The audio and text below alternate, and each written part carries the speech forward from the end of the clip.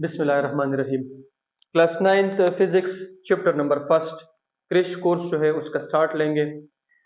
इसमें मैं टॉपिक्स जो है उसको मैं हाईलाइट करूंगा। मेरी कोशिश होगी कि एक लेक्चर में पूरा एक चैप्टर जो है उसको मैं क्या करूं, डिस्कस करूं। इस चैप्टर का नाम जो है वो मेजरमेंट है, लेकिन मैं स्टार्ट लूंगा बेसिक से। सबसे पहले साइंस से फिजिक्स कैसे आया है। आप सबको पता है कि साइंस क्या है। साइंस एक लैटिन वर्ड सिंशिया से क्या हुआ है, डिराइव हुआ है, और सिंशिया का मतलब क्या है, नॉलेज।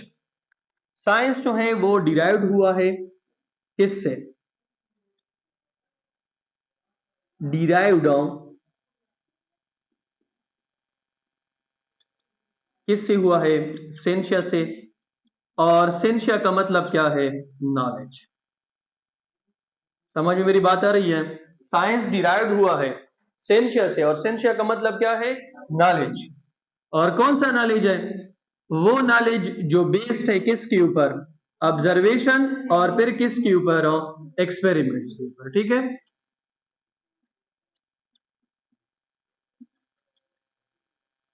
अच्छा, साइंस के बेसिकली दो मेन ब्रांचेस हैं।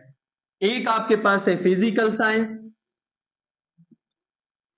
और एक आपके पास क्या है, बायोलॉजिकल साइंस। साइंस के दो ब्रांचेस है, एक आपके पास है फिजिकल साइंस और एक आपके पास क्या है, बायोलॉजिकल साइंस। फिजिकल साइंस में हम क्या डिस्कस करते हैं, non living things. Non living things में हम क्या डिस्कस करते हैं, मैटर, और प्लस क्या डिस्कस करते हैं, एनर्जी। और बायोलॉजिकल साइंस में हम क्या डिस्कस करते हैं, लिविंग थिंग्स। और इसमें जो मेन सब्जेक्ट्स है वो आपके पास है बायोलॉजी या बॉटनी, या आपके पास क्या है, जूलॉजी। अब फिजिकल साइंस जो है उसमें आपके पास जो फिजिक्स के जो साइंस के ब्रांचेस आते हैं, उसमें जो हमने डिस्कस करना है, बाकी तो बहुत सारे हैं लेकिन हमने डिस्कस किसको करना है, फिजिक्स। फिजिक्स एक ग्रीक वर्ड फाइजिस से डिराइव्ड हुआ है, और फाइजिस का मतलब क्या है, स्टडी ऑफ नेचर।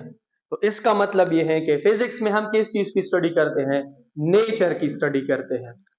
और फिजिक्स की डिफिनीशन क्या है, the branch of science in which we study about matter, energy and their mutual relationship. इसमें हम मैटर को स्टडी करते हैं, एनर्जी को स्टडी करते हैं, और दोनों के दरमियान जो म्यूचुअल रिलेशनशिप है उसको भी क्या करते हैं, स्टडी करते हैं।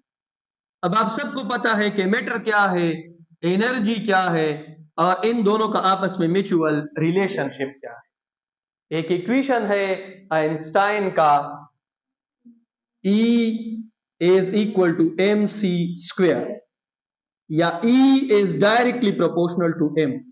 ये इक्वेशन हमें क्या कहता है कि matter can be converted into energy and energy can be converted into matter. जितनी ज्यादा मैटर होगी उतनी ज्यादा क्या होगी, एनर्जी होगी।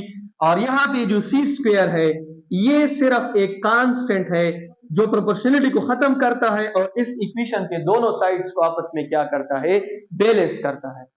इस सी स्क्वायर का हरगिज ये मतलब नहीं है कि मास को अगर हम एनर्जी में कन्वर्ट करेंगे तो उसको हम स्पीड ऑफ लाइट के साथ क्या करेंगे, थ्रो करेंगे। दिस इज कन्वर्जन फैक्टर, ये कन्वर्जन फैक्टर है, कन्वर्जन फैक्टर। अच्छा, अब मैटर को एनर्जी में हम कन्वर्ट करते हैं, तो इसके लिए फिजिक्स की एक टॉपिक जो है या एक बेसिक कॉन्सेप्ट है वो आपके पास है, पेयर एनहिलेशन। क्या है, पेयर एनहिलेशन। और एनर्जी को जब हम मैटर में कन्वर्ट करते हैं इसके लिए जो कॉन्सेप्ट है वो है पेयर प्रोडक्शन। पेयर प्रोडक्शन में हम क्या करते हैं, पेयर प्रोडक्शन में हमारे पास बेसिकली एक फोटॉन होता है। उस फोटॉन को हम किसके ऊपर स्ट्राइक करते हैं, न्यूक्लियस के ऊपर, और फिर न्यूक्लियस के साथ टकराने के बाद इनसे दो पार्टिकल्स बनते हैं। एक आपके पास है पॉजिट्रॉन और दूसरा आपके पास है इलेक्ट्रॉन। ठीक है, पेयर इनहेलेशन पेयर प्रोडक्शन का उल्टा प्रोसेस है। पॉजिट्रॉन और इलेक्ट्रॉन दोनों आपस में क्या हो जाते हैं, टकरा जाते हैं और फिर किस में कन्वर्ट होते हैं, फोटॉन में। फोटॉन क्या है, एनर्जी है। क्या है, एनर्जी। मेरी बात समझ में आ रही है?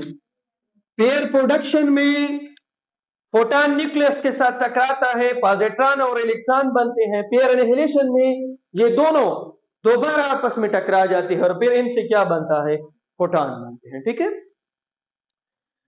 फिजिक्स की डिफिनीशन भी हो गई।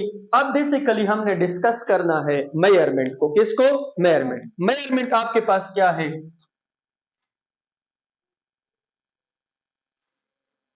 मेजरमेंट आपके पास कंपैरिजन है।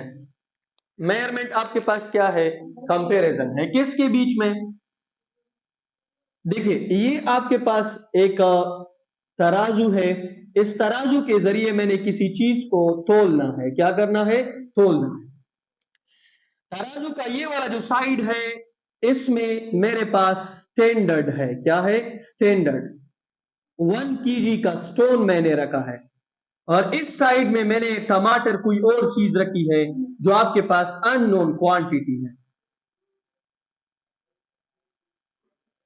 मेजरमेंट किसको कहते हैं, जब तराजू में या किसी बैलेंस में आप एक साइड पे स्टैंडर्ड रख लेते हो और दूसरे साइड पे कोई अननोन क्वांटिटी रख लेते हो और फिर दोनों का आपस में क्या करते हो, कंपैरिजन करते हो। क्या करते हो, कंपैरिजन। मेजरमेंट बेसिकली कंपैरिजन है किसी अननोन क्वांटिटी का किसके साथ, स्टैंडर्ड के साथ। अगर आप एक शॉप में चले जाते हैं, वहां पे आप उनको कहते हैं कि आप मुझे राइस दे दे, चावल दे दे, वो क्या करता है, उसके सामने एक बैलेंस होता है, तराजू होता है, वो उसके ऊपर एक साइड पे वो स्टैंडर्ड रख लेता है और दूसरे साइड पे वो चावल उसमें डालता है। चावल अननोन क्वांटिटी है और एक साइड पे जो स्टैंडर्ड है उनके साथ चावल की क्या करता है, comparison. This process is called measurement. अच्छा, अब मेजरमेंट जो है उसमें जो स्टैंडर्ड इस्तेमाल होता है, स्टैंडर्ड उसमें दो तरह के स्टैंडर्ड्स हैं। एक आपके पास है लोकल स्टैंडर्ड और एक आपके पास है इंटरनेशनल स्टैंडर्ड, या इसको हम आइडियल स्टैंडर्ड बोलते हैं। क्या बोलते हैं, आइडियल स्टैंडर्ड। लोकल स्टैंडर्ड जो है वो तो आप लोकली इस्तेमाल कर सकते हो। जैसे कि हम दूध किसी को बेचते हैं तो सिंपल उसके लिए हम एक जो छोटा सा जो कप इस्तेमाल करते हैं वो आपके पास लोकल है। कप जो है उसकी साइज कभी इंक्रीज होती है, कभी क्या होती है, डिक्रीज। लोकल स्टैंडर्ड में यही मसला है कि उसका जो आपके पास साइज है वो हम डिफरेंट इस्तेमाल करते हैं, लेकिन लोकल स्टैंडर्ड जो है वो स्टैंडर्ड बेसिकली नहीं है। असल जो स्टैंडर्ड है वो आपके पास इंटरनेशनल है या आइडियल, आप उसको कंसिडर कर ले। आइडियल स्टैंडर्ड में दो बातें होती है। एक, ये आपके पास इनवेरिएंट होता है, इसमें कोई भी चेंज नहीं आता है। दूसरा, ये आपके पास क्या होता है, इजीली एक्सेसिबल। ठीक है, इजीली एक्सेसिबल। इनवेरिएंट का मतलब क्या है कि अगर आप किसी से कपड़े खरीदते हो तो उसके पास जो वो मीटर राड होता है, जो मीटर राड नहीं, जो हम उसको बेसिकली पश्तो में क्या बोलते हैं, गाज बोलते हैं, वो जो है वो एक स्टैंडर्ड है। वो चाहे गर्मी आती है चाहे सर्दी आती है उसमें कोई किसी तरह की कोई चेंज नहीं आती है। ठीक है, और दूसरी चीज वो इजीली एक्सेसिबल भी है। तो ये आपके पास क्या है, बेसिकली स्टैंडर्ड है। क्या है, स्टैंडर्ड है।